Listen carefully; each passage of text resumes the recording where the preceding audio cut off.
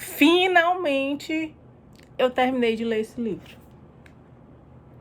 Não faz tempo que eu comecei, faz umas 2 semanas, talvez. Mas eu achei uma leitura bem lenta. Vou logo dizendo que é muito chato. Mas primeiro eu quero deixar bem claro que eu amo Bad Religion. Eu escuto quase todo dia. E mês passado eu escutei apenas a discografia inteira, na íntegra. E olha que é grande. Porém, depois desse livro, eu achei o Greg Graffin um verdadeiro chato. Eu nunca considerei o Bad Religion punk. Eu sempre discordei do Moese em relação a isso. Porque o Moese é cadelinha do Bad Religion. Mas o punk não se resume apenas a um estilo musical. Para mim é uma filosofia de vida. E definitivamente o Greg não é punk. Não, pera. Tá preparado para essa bomba? O Greg, para mim, é apenas um rato acadêmico tentando dissecar um movimento que nasceu para cuspir no academicismo. De punk, o Bad Religion só tem o tutupá da bateria do primeiro disco e o símbolo da banda. Mas depois que eu li esse livro, eu vi que uma coisa no underground nunca mudou. As casas de show continuam entregando um mínimo de som para as bandas, enquanto eu acho que a qualidade do som é responsabilidade da casa, porque os clientes são dela. Então, a casa tem que oferecer a melhor experiência para o seu cliente. E um som que preste faz toda a diferença, né? Mas a gente sabe que, na realidade, as bandas que acabam levando seu equipamento, se elas quiserem que as pessoas entendam o que elas estão tocando. Em pleno 2026 ainda tem banda que paga para tocar. Enfim, eu achei esse livro chato demais. Não sei se é porque a última autobiografia que eu li foi a do Ozzy, que ele é maravilhoso. Mas o Greg é um chato de gola polo que eu não queria ser amiga dele. E o que eu achei mais chato desse livro é a forma como ele vai narrando a história. Uma intelectualização excessiva.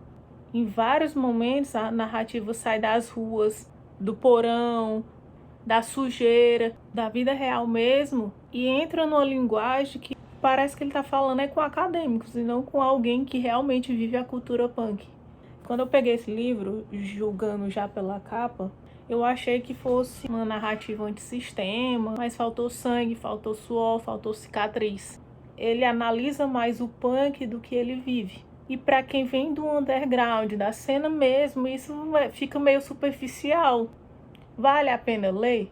Vale. Mas não como uma bíblia. Vá sem expectativas. E esse livro não entregou uma verdade definitiva sobre o punk. Mas, ao invés disso, o sentimento que eu tive foi de dúvida. Será se o punk ainda machuca o sistema? Ou o sistema domesticou o punk? Eu acabei de assistir aquele filme Dias Perfeitos. Como é que eu nunca assisti esse filme antes, hein? Enfim, é a história de um homem, o Hirayama, que todo dia ele acorda cedo, molha lá as plantinhas dele e vai trabalhar. E ele trabalha com dedicação total. Ele trabalha limpando banheiros públicos em Tóquio. E ele deixa tudo impecável. Então a Zoe fala no alto ali.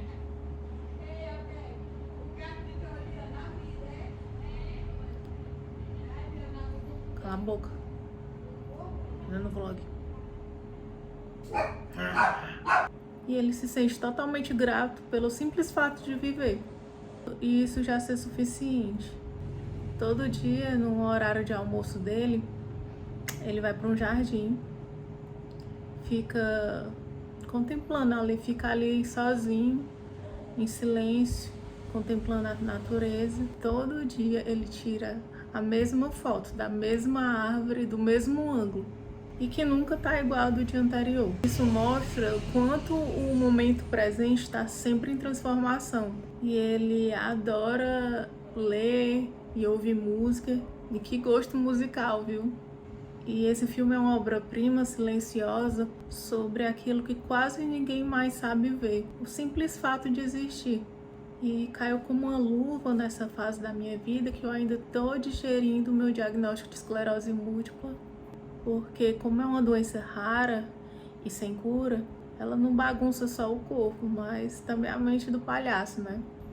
E principalmente influencia na minha relação com o tempo, com meus limites, com a minha ideia de futuro, com minha própria identidade e em relação àquilo que eu considero normal, né? E esse filme me ensinou a como continuar habitando um mundo quando ele não é mais o mesmo para mim. Me fez perceber que a felicidade não é excesso, é presença. E que apesar de tudo, hoje pode ser um dia bom. É um filme mais lento, mais contemplativo mesmo, mas achei um filme lindo, honesto e profundamente humano. É aquele tipo de filme que não tenta te ensinar nada, mas, meu amor, quando ele acaba, você percebe que algo dentro de você ficou mais calmo, mais lúcido, mais vivo. Eu tava até falando com o Moésio um dia desse, que eu tava com a mania de que tudo que eu tava fazendo, eu tinha que estar assistindo alguma coisa. Eu tava lavando louça, eu pegava e botava um vídeo no YouTube, um podcast, sei lá. Porque se eu não fizesse isso, parecia que eu tava perdendo tempo. E eu acho que depois desse filme eu vou tentar fazer como ele.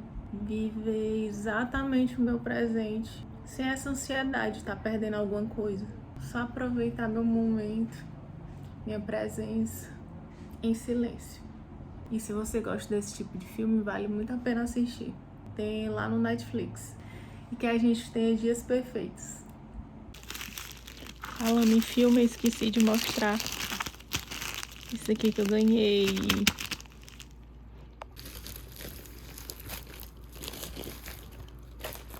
Olha isso, minha gente. Olha isso, minha gente. Próximo. Hellraiser. Ah, eu amo isso aqui. Vocês não têm noção de como eu amo o Pinhead. E vamos abrir aqui, né?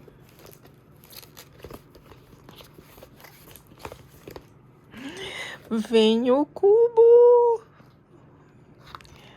Não acredito. Vem o cubo do Pinhead.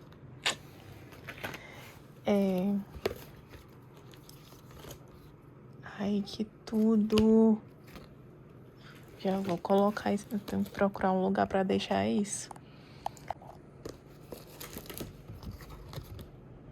Muito amor da minha vida.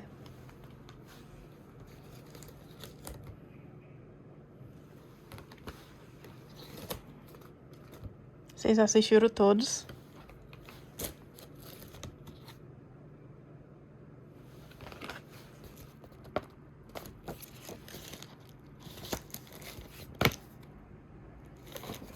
Falando dos detalhes de produção.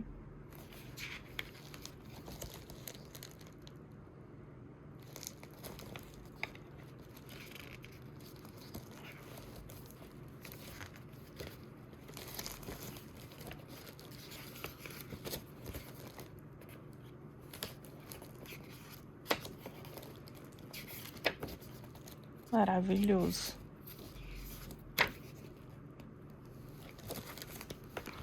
Olha isso, minha gente.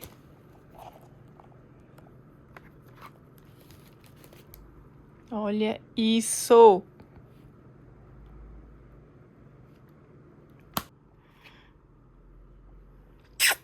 Lindo. Sim, vamos pro próximo. Mais e Melhores. Isso aqui é do Moésio. Filme de Spike Lee. Irmãos de Sangue. Mais Spike Lee.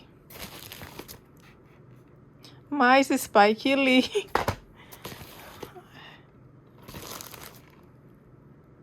Disque M para Matar.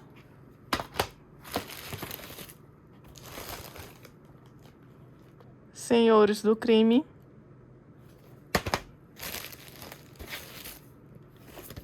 E outra coisa que eu amo, Kill Bill.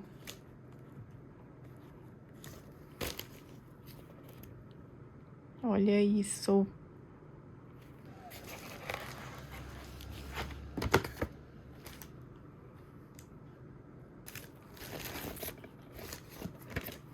E o 1, né? Não podia faltar o 1. Tá aqui o maravilhoso. Maravilhosa. Gente, eu tô louca por esse tênis aqui. Vocês encontraram pra vender por aí, me avisa.